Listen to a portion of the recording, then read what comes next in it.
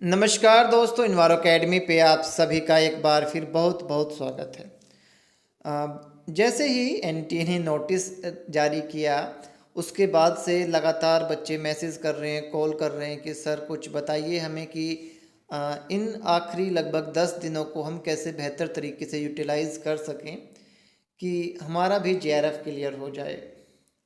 तो basically JRF की अगर हम बात करें तो आप सभी लोग जानते ही हैं कि नेट क्लियर होना बड़ी बात नहीं है। हज़ारों बच्चे हमारे जो है नेट क्लियर कर चुके हैं, बट जेआरएफ है ना, जेआरएफ जो है वो सबसे महत्वपूर्ण है। और इस बात की हमें खुशी है कि अब धीरे धीरे बच्चे जेआरएफ की बात करने लगे हैं कि भैया हाँ जेआरएफ होना चाहिए।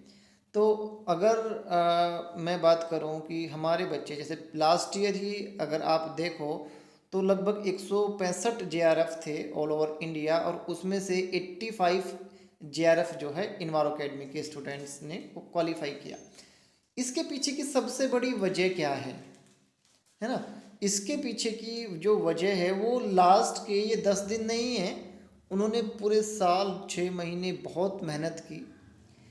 और अंततः जो ये लास्ट 10 दिन हैं या 7 दिन हैं, इनको उन्होंने बहुत अच्छे से जो है मैनेज करते हुए पढ़ाई की।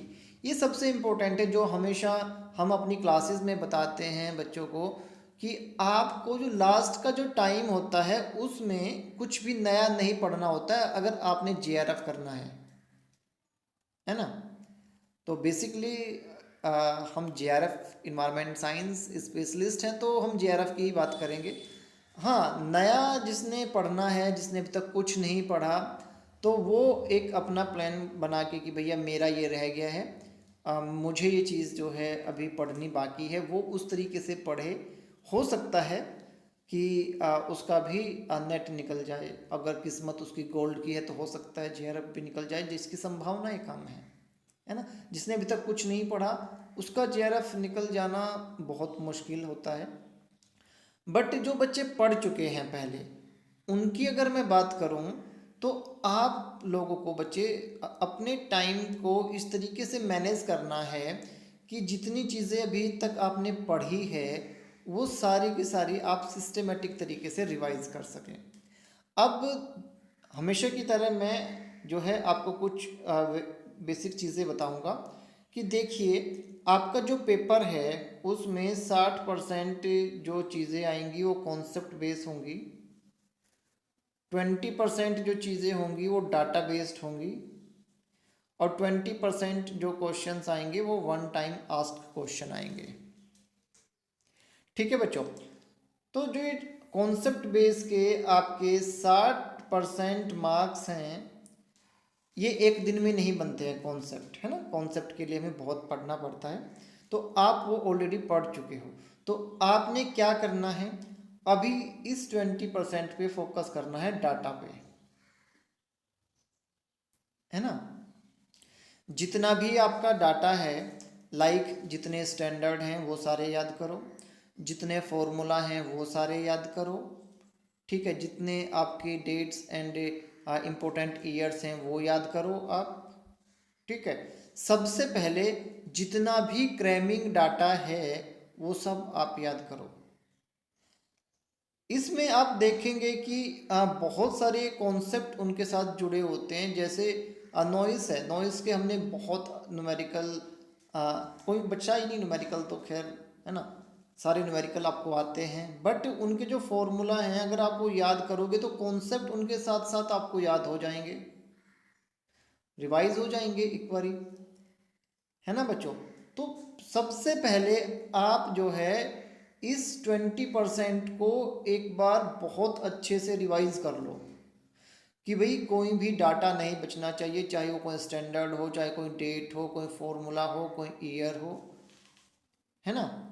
तो अगर आपने इतना कर लिया तो आपके जेआरएफ होने की संभावना जो है ना वो, अगर अभी आज की डेट में 50% है तो ये 70% हो जाएगी।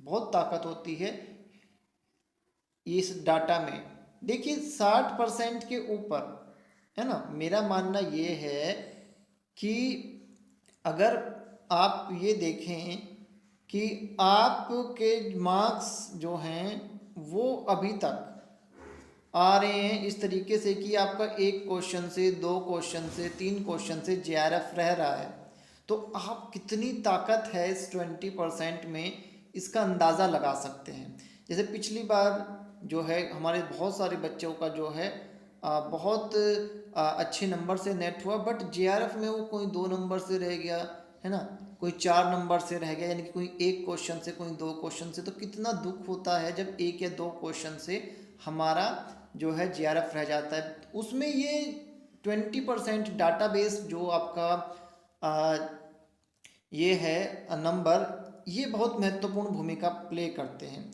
क्योंकि अगर आपको डाटा याद है तो एग्जैक्टली आपने केवल जो है सही ऑप्शन सेलेक्ट करना है ना। फॉर्मूला अगर आपको सही तरीके से याद है, प्रैक्टिस आपने पहले की हुई है, तो फॉर्मूला इम्प्लीमेंट करते ही आपके वो नंबर जो हैं वो बिल्कुल जो है सही हैं। तो सबसे पहले जितना डाटा है उसको आप याद करो। जितने पीवाईक्यू हैं, है ना, सभी ने पीवाईक्यू तो बहुत अच्छे से घोट के पी लिए हैं, है ना। पीवाईक्यू तो मुझे नहीं लगता कि कोई जो बच्चा सीरियसली पढ़ा है ना, उसके पास में हमारी पीवाईक्यू की बुकलेट्स हैं, एंड एक एक पीवाईक्यू जो है उसने बहुत अच्छे से किया होगा। एक बारी आप सारे पीवाईक्यू में से निकल जाओ, है ना। जब हम आपको टेस्ट में, जब आप लोग जो है 150 क्वेश्चन में से 148 149 क्वेश्चन जो है वो सोल्व कर रहे हैं, तो इसका मतलब ये है कि आप लोग बहुत अच्छे से पीवाईक्यू कर चुके हैं, है ना। बट एक बार फिर से उनको जो है आप एक बार रिवाइज कर लो। तो सबसे पहले डाटा, डाटा के बाद में सारे पीवाईक्यूज। न्यूमेरिकल वाली बुकलेट जो है आप सभी के पास में है ही, एक बारी उसमें से आप गो थ्रू हो जाएंगे।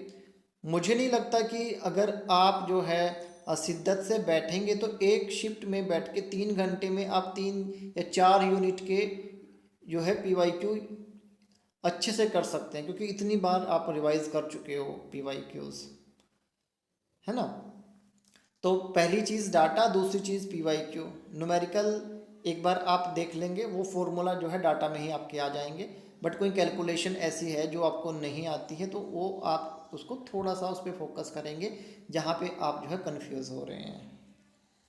ठीक है बच्चों, ये दो चीज़ होगी। तीसरी इम्पोर्टेंट चीज़ जो है वो ये है कि हर एक यूनिट में कुछ टॉपिक्स ऐसे होंगे जो आप उनमें, जिनमें आपको महारत हासिल नहीं है, जिनमें आप बहुत अच्छे नहीं हैं, है ना। तो उनको एक बार आपने देख लेना है, एक बार फिर से पढ़ लेना है, क्योंकि जो चीज़ हमें बहुत अच्छे से आती है उसको केवल एक बार आप देख लेंगे तो वो हो जाएगा। एक चीज़ है जिसमें हम थोड़े से कमज़ोर हैं तो उसको थोड़ा सा टाइम आपको देना चाहिए, क्योंकि एट द लास्ट मोमेंट क्या होता है कि जिस चीज़ में हम कमज़ोर हैं, हम ज़्यादा अच्छे नहीं हैं, अगर उसको हम थोड़ा सा फोकस करके देख लेते हैं एंड पढ़ लेते हैं, तो अगर एग्ज़ाम में उससे संबंधित क्वेश्चन आते हैं तो उस क्वेश्चन के सही होने के चांसेस जो है बहुत ज़्यादा बढ़ जाते हैं। ठीक है बच्चों, तो इस तरीके से जो है आप इन लास्ट के वीक को कहो या 10 दिन को कहो मैनेज करके पढ़ेंगे। एक बारी सारा डाटा याद कर लो, ठीक है, सारे पीवाईक्यू देख लो, जो इम्पोर्टेंट आपको फॉर्मूला लगता है, जो जिसमें आप थोड़े वीक है कैलकुलेशन में, उसको एक दो बार करके देख लो। एंड जो टॉपिक्स जो आपको ऐसा लगता है कि जिनमें कन्फ्यूज़न है ना, जैसे एटमॉस्फेरिक स्टेबिलिटी वाला क्वेश्चन है, ये क्वेश्चन बहुत बार आता है और उसमें कंफ्यूज जो है हो जाते हैं बच्चे, है ना। जैसे कल ही मैंने आपसे क्वेश्चन पूछा था, मैंने एक आपको प्लूम बिहेवियर जो है उसका एक फ़ोटो भेजा था, है ना। अब बच्चे उस क्वेश्चन था कि कौन सा प्लूम बिहेवियर है ना। और बच्चे कह रहे हैं कि गॉसियन प्लूम, है ना। तो अब आप देख लो, आप जो है इसी से अंदाज़ा लगा लो कि बच्चे जो हैं, कुछ बच्चे किस स्तर पे पढ़ रहे हैं, है ना। तो इस तरीके से जब आप पढ़ते हैं कि भैया आपको ये भी नहीं पता कि क्वेश्चन क्या है, गॉसियन प्लूम जो है वो क्या है ना, तो फिर तो बहुत मुश्किल चीज़ें हैं बच्चे, है ना। बट अगर आप जो है, हाँ ये कन्फ्यूज़न हो सकती है कि हमारे आप ये जो प्लूम बिहेवियर है उसमें कि न्यूट्रल कंडीशन पे कौन सा होता है एंड अनस्टेबल पे कौन सा होता है, स्टेबल पे कौन सा होता है, तो उनको एक बार पढ़ लो, है ना। हालांकि जो बच्चा हमसे पढ़ चुका है उसे कन्फ्यूज़न नहीं है, बट फिर भी, है ना, जिस बच्चे ने हमारे ई नोट्स लिए हैं या हार्ड कॉपी नोट्स लिए हैं तो हो सकता है उसको थोड़ा सा समस्या हो, तो वो एक बार देख लेगा, है ना बच्चे। तो इस टाइप से हर एक उसमें जो है आपका आ, कुछ ऐसे टॉपिक्स होते हैं जो थोड़े कंफ्यूजिंग होते हैं, उनको आप, जैसे हमने आपको हमेशा बताया कि बटरफ्लाई नोट्स बनाओ और हाईलाइट करके पढ़ो, ठीक है ना बच्चों। तो जो हाईलाइट किया हुआ है, आपने, आपको लगता है कि कंफ्यूजन वाला पॉइंट है, उसको थोड़ा सा एम्फेसिस कर लो वहीं पे, क्योंकि अभी जो इस हफ्ते में जितना कंफ्यूज आप पहले थे, अब लास्ट में उतना कंफ्यूजन तो है नहीं, है ना। अब तो जस्ट आपको क्या है, क्लियरली पढ़ना है। अगर आप क्लियरली पढ़ लेते हैं तो आपका काम बहुत आसान हो जाता है, ठीक है। तो सबसे पहले डाटा, दूसरे पे पीवाईक्यू, तीसरे पे आपके जो टॉपिक थोड़े वीक हैं वो, फिर आपके कंफ्यूजिंग पॉइंट्स, उन पे आप फोकस करो, ठीक है बच्चों। लेटेस्ट डाटा सभी को मैं जो है कितनी बार बोलता हूँ कि भैया जब हम लगातार आपको अपडेट करते हैं तो तुरंत उसको नोट कर लिया करो, है ना। कोई भी सिंगल ऐसा करंट अफेयर का इवेंट नहीं है जो आपको ब्रॉडकास्ट लिस्ट में फॉरवर्ड ना किया गया हो। कभी ऐसा होता ही नहीं है, जब से ब्रॉडकास्ट लिस्ट चली है 2015 से लेके अब तक, है ना।